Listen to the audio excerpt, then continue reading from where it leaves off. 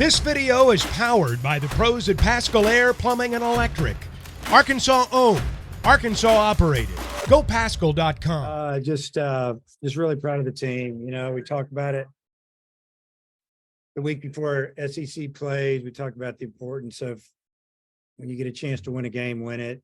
Win that Sunday game, you got a chance to sweep. And we did that, I don't know, 3 times or so this year. And they all count the same. And, you know, once we got to the 4th inning today, you know, we found out that Georgia won, and, you know, we had won the West and the SEC championship. And I think that was about the time that McIntyre was rolling along pretty good. We scored a few runs, took the lead by 2, and we thought we're going to be safe and get him out. I think if we would have left him in, he probably could have gone another couple innings, but we just didn't want to chance it. You know, we thought, well, we'll get through this inning with these young guys that want to do it, saying they want the ball, and it didn't go very good, obviously. So we had our opportunities, though. We had runner on first and second, nobody out, top of the order up, and we didn't move anybody around. So that was disappointing. I think we had an inning in the 3rd inning. We had runners at first, second, nobody out. We didn't score. So in the 4-run inning, I was really good to see those 2 out base hits, stolen bases. It was good baseball right there. But just really excited to be SEC champs. So hard to do and share that crown with Florida. We didn't play Florida. So it's kind of mixed emotions right now. Frustrated because we lost the game. Felt like we could have won it. Wasn't that we weren't trying to win it. But I think if we would have known that LSU would have beat Georgia, we definitely would have pitched differently going into that 6th inning. But I guess that's about all I got. Bob. Hey, Dave. Hunter, obviously, I think that was his shortest stint, fewest pitches, you know, after a short week when he threw his most pitches and his most innings. Just what do you think he probably didn't have it today, maybe a little fatigued, or what just think about Hunter's start? You know, his stuff wasn't bad. I just think that we weren't planning on pitching him very long today, if possible. Would have been a lot easier. We might not even have pitched him today if we'd have won yesterday. So I would have played a lot of different players today if we'd have won yesterday. But, you know, throwing the ball around the plate, wasn't really putting it on. They did a nice job they nickeled and dimed him pretty good. You talk about bloopers and cat balls, and he made good pitches, and they just found holes. You're kind of going, wow. He was a little frustrated with it, and he pitched out of a jam or 2. So this will give him an opportunity to rest a little bit. And then I heard you say on the pregame show, you took x-rays of Bolton's ankle. I guess they were negative, but he has a sprain. What do you think his status might be for Hoover? And I think that's your 5th position player who's missed at least one conference game because of an injury. Just what are your thoughts on that and Bolton moving forward? Yeah, I mean, as of now, I would say he's definitely not playing on Wednesday, Thursday, maybe not at all. He should be ready in a while, though, in a week or so, but we'll see.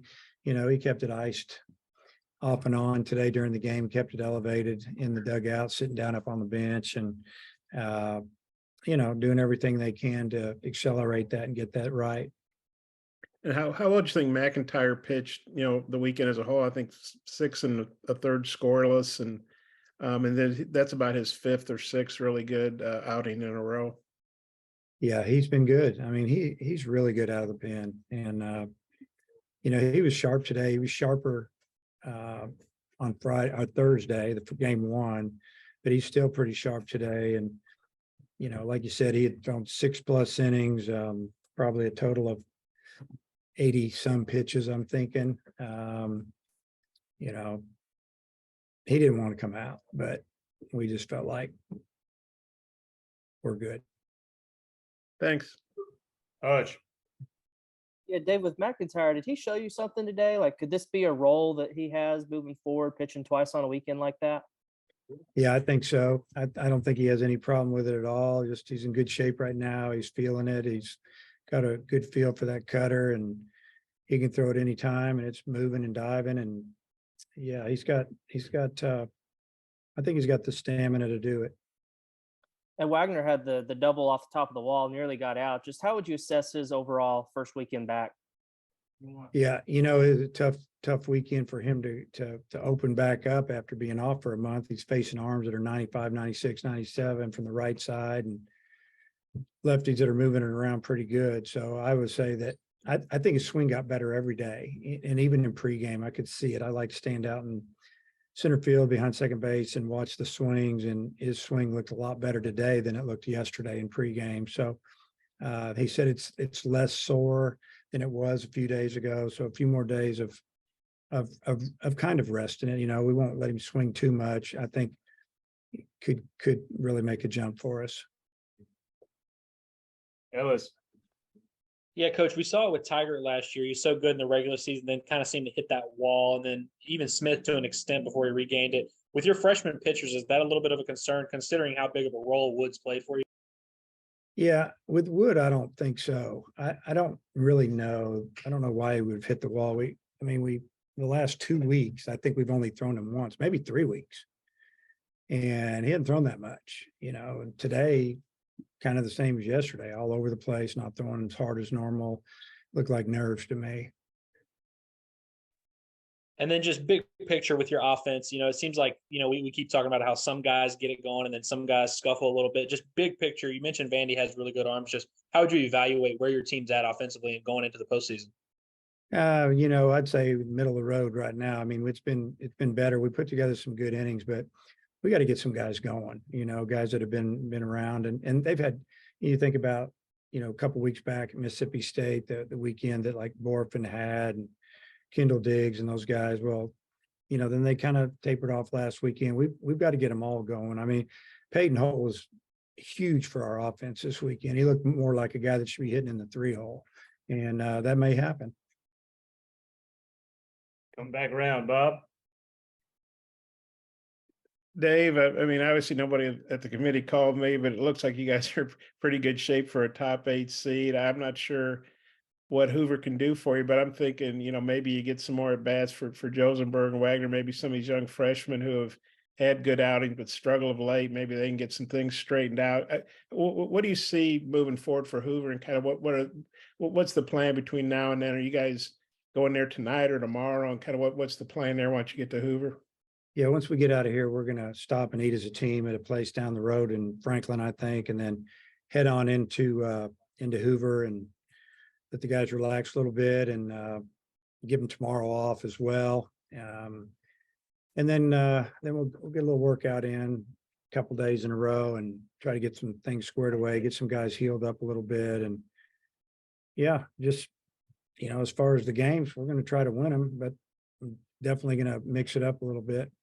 We don't know who we're going to pitch yet. We got 2 or 3 hours on the bus to discuss that a little bit. And like I say, as far as maybe especially Wagner and Josenberg getting some extra ABs against quality SEC pitching, and some of these young pitchers getting some other opportunities, how could that benefit you in Hoover? Well, obviously the offensive side of it, getting those 2 guys going would be big for our offense. And, the young pitchers, a guy that needs to get on the mound is Fouch. We need him. And I feel bad that we didn't throw him today. I know he's had a couple rough outings in a row, but he's got really good stuff. And, we need to get him. We need to get him on the mound and get him going a little bit, and to give Bobby an opportunity to pitch some. And, we got to get Wood out there. We got to get him going. We got to have him throwing like he's thrown before for us a lot. So,